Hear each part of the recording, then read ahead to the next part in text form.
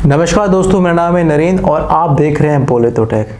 तो दोस्तों, आज की इस वीडियो में हम लोग डिस्कस करने वाले हैं क्यों रेस्टोरेंट जो है, रेस्टोरेंट बिजनेस है, अपना कैफ़े है, ये क्यों इतनी जल्दी फेल हो जाते हैं।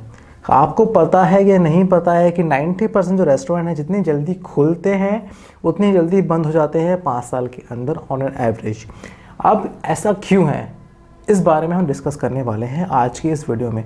तो मैं आपसे चाहूँगा कि इस चीज़ को आप थोड़ा ध्यान से सुने, समझें, क्योंकि अगर आप बिज़नेस करने वाले हैं तो आपके लिए बहुत ज़्यादा ज़रूरी है ये वीडियो। अगर आपको नोट डाउन करना है तो कर सकते हैं। बहुत ही इंपॉर्टेंट बारे में डिस्कस करने वाला हूँ आज की इस वीडियो में। तो वीडियो में आगे चलने से पहले आप लोगों से रिक्वेस्ट करना चाहूँगा, वीडियो अच्छा लगे तो लाइक करें, सब्सक्राइब करें चैनल को और शेयर ज़रूर कीजिए। अगर आपके जान पहचान में कोई शुरू करने वाला है, रेस्टोरेंट बिजनेस, कैफ़े बिजनेस है, कुछ भी शुरू करने वाला है, तो आपको उसको ये इन्फॉर्मेशन देना बहुत ज़रूरी है। तो शुरू करेंगे ये वीडियो। तो बात करूँ मैं आज के समय की, 2021 चल रहा है, ठीक है। 2020 में बहुत सारी जॉब्स गई हैं।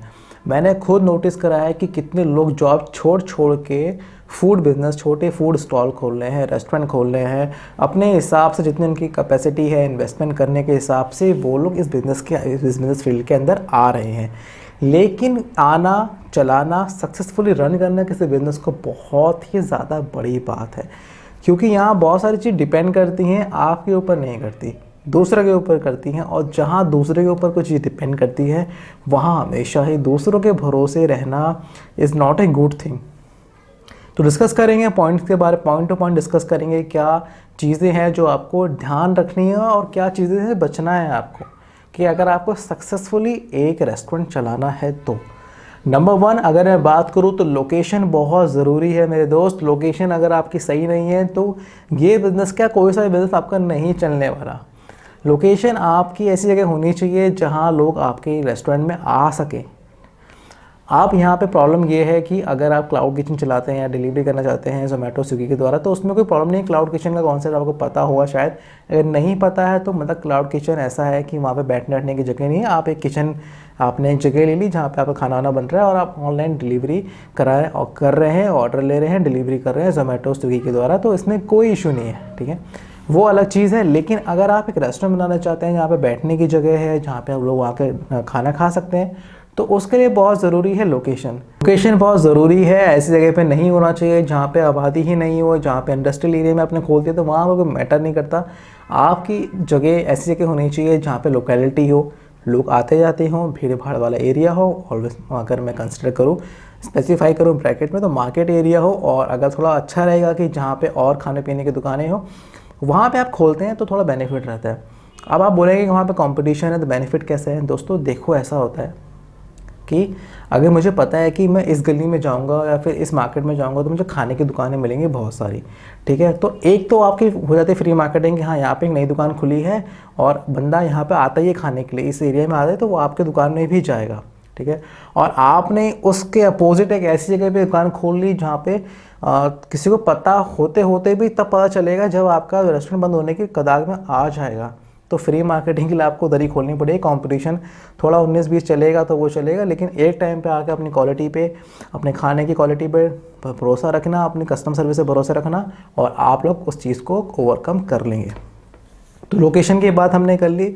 और दूसरी चीज़ जो बहुत ही ज़्यादा इम्पॉर्टेंट है, क्योंकि बहुत सारे लोग ये सोचते हैं कि पैसिव इनकम है। पैसिव इनकम मतलब कि आपको कुछ नहीं करना, वन टाइम इन्वेस्टमेंट है, खोला खाला और अब घर पे बैठे हुए हो और कोई शेफ़ खाना बना रहा है और आपने कोई रखे हुए एम्प्लॉय रखे हुए हैं, आपको सर्व कर रहे हैं। लेकिन ये पैसिव इनकम नहीं है। वहाँ आपको जाना पड़ेगा, बैठना पड़ेगा, क्योंकि क्या होता है कि अगर आप वहाँ नहीं जाएंगे तो वो आपको ग्रांटेड लेना शुरू कर देंगे। आप सबसे बढ़िया चला सकते हैं अपनी चीज़ को। अगर आप कोई काम करना चाहते हैं बहुत ही प्रिसाइसली 100%, तो आप ही 100% कर सकते हैं, कोई दूसरा नहीं कर सकता। क्यों, अब मैं समझाता हूँ। मैं वो कोई काम करना है, मुझे पता है कि मुझे ये काम करना है, ठीक है, मैं अपने दिमाग पूरी श्योर हूँ मुझे ये काम करना है, और मैं उसको, क्योंकि वो मेरा काम है तो मैं उस पर दिल जान से काम करूँगा, ठीक है।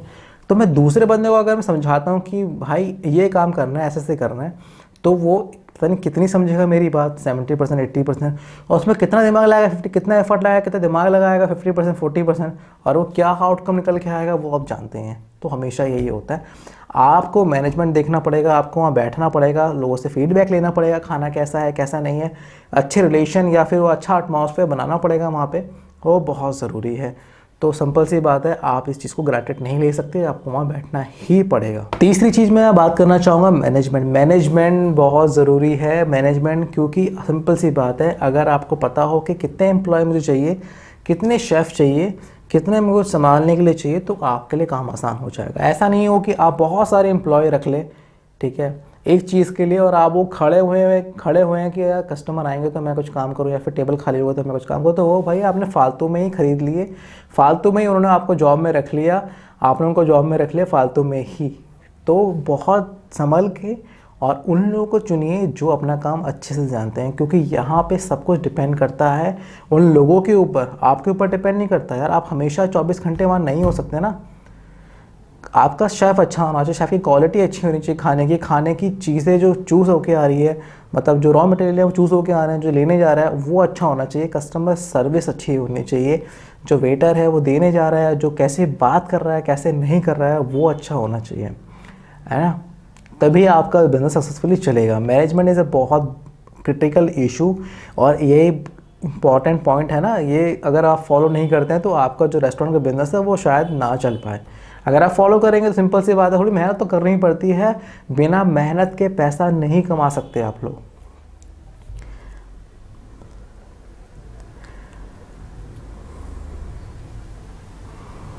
चौथा इंपॉर्टेंट पॉइंट जो है वो कस्टमर फीडबैक। कस्टमर फीडबैक बहुत ही क्रिटिकल और बहुत ही प्रिसाइसली आपको डील करना पड़ेगा। सिंपल सी बात है, अगर कभी हो सकता है, होता ही है रेस्टोरेंट में बहुत सारी जगह पे, कभी कभी खाना अच्छा नहीं बनता या फिर उसमें कुछ प्रॉब्लम हो जाती है, या फिर समझ लो नमक ज़्यादा हो गया, कुछ ऐसा हो गया। वैसे तो शेफ़ ऐसा कभी गलतियाँ करते नहीं है, लेकिन कभी हो गया और कस्टमर भड़क गया तो आप उसे कैसे ट्रीट करेंगे? आप तो रेस्टोरेंट का मालिक है तो आप अच्छे से ट्रीट करेंगे क्योंकि वो आपका काम है। लेकिन आपके जो वेटर है, जो एम्प्लॉय हैं, जो शेफ़ है, अगर वो बोले कि मुझे फ़र्क नहीं पड़ता, पैसा देना पड़ेगा, खाना है तो खा, नहीं तो निकल, अगर वो ऐसा, मतलब अगर रैंडमली ऐसा नहीं बोलेंगे, लेकिन बहुत अगर रूड बिहेवियर हो गया, कस्टमर बहुत ज़्यादा रूड हो रहा है, उखड़ रहा है, तो उसे आप कैसे समझाएंगे? स्माइली फेस से समझाना पड़ेगा, प्यार से समझाना पड़ेगा और बोलना पड़ेगा कि सर हम दूसरा दे देते हैं आपको। मतलब आप सिचुएशन कंट्रोल करना पड़ेगा, काम करना पड़ेगा, कूल करना पड़ेगा। वहाँ बहुत ज़रूरी है वो चीज़ें, क्योंकि आप डिपेंड, आपकी जो पूरी इकोनॉमी डिपेंड करती है ना, कस्टमर्स पे डिपेंड करती है। अगर आप ऐसा नहीं करते हैं तो सिंपल सी बात है, करेगा क्या? वो रेस्टोरेंट से बाहर निकलेगा, 4 लोगों को बोलेगा कि यार यहाँ तो ऐसा ऐसा होता है, फिर वो 4 लोग 16 लोगों को बोलेंगे, 16 32 लोगों को बोलेंगे, ऐसा करते करते, क्योंकि वो जो एरिया में आप सर्व कर रहे हैं वो एरिया का नोन बंदा ही होगा, आसपास रहने वाला बंदा ही होगा, तो ऑब्वियस ही बात है। तो आसपास में अगर आपको बिज़नेस करना है तो आप उन्हें नाखुश नहीं कर सकते। तो बहुत इंपॉर्टेंट पॉइंट है कस्टमर सर्विस, एक्सपीरियंस या फीडबैक, जो भी इसे आप कह सकते हैं। तो अगला जो पॉइंट है वो बहुत ज़्यादा इंपॉर्टेंट है, और इसको समझना चाहें या ना चाहें, और इसको माने या ना माने, आपका जो बिज़नेस है वो टोटली डिपेंड करता है आपकी मैनेजमेंट टीम के ऊपर, आपके शेफ़ के ऊपर, आपके खाने की क्वालिटी के ऊपर, आपके वेटर के ऊपर। आप पे कुछ डिपेंड नहीं करता। अगर आपको खाना बनाना आता है, अगर आप मतलब वाकई में एक शेफ़ हैं और बिज़नेस शुरू करना चाहते हैं तो वेल एंड गुड। मतलब मैं वही कहना चाहता हूँ कि आपकी जो कमान है ना बिज़नेस की, वो इन लोगों के हाथ में है। तो ये मुझे पसंद नहीं है कभी भी कि आपका जो बिज़नेस है, जो आपके पास स्किल नहीं है तो आप वो बिज़नेस करते हैं, लेकिन इस बिज़नेस में ऐसा होता ही है। तो आपको अपने स्टाफ को प्यार से समझा के खुश रखना पड़ेगा, और उन पे ऊपर प्रॉपरली जो चाहते हैं वो चीज़ होनी पड़ेगी। उनको ऐसा लगेगा कि वो एक फ्रेंडली इन्वायरमेंट में काम कर रहे हैं, ये काम भी उन्हीं का ही है। आप उनको अगर आपका शेफ़ चले गया ना, अगर शेफ़ चले गया तो अगले दिन से कस्टमर को पता चल जाएगा कि खाने में स्वाद बदल गया है।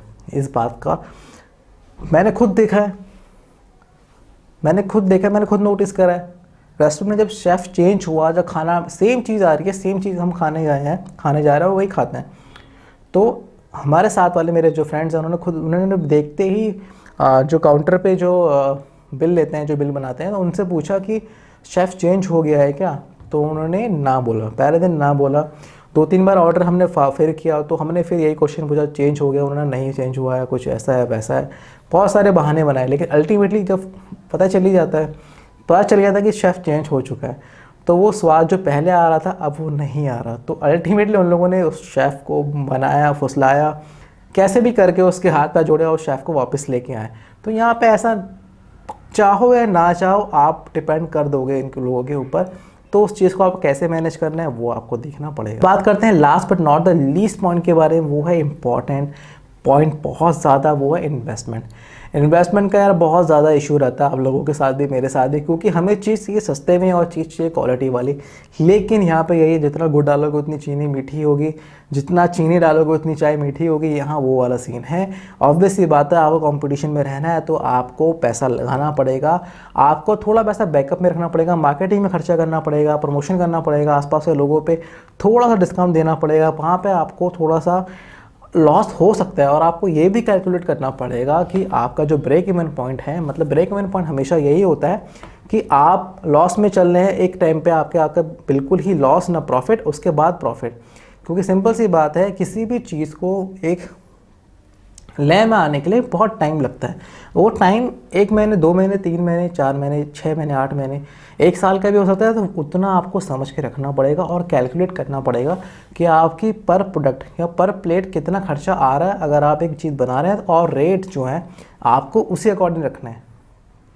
आपको रेट ऐसे नहीं करने हैं कि दूसरे वाले के रेट हैं तो आपके भी रेट होने चाहिए।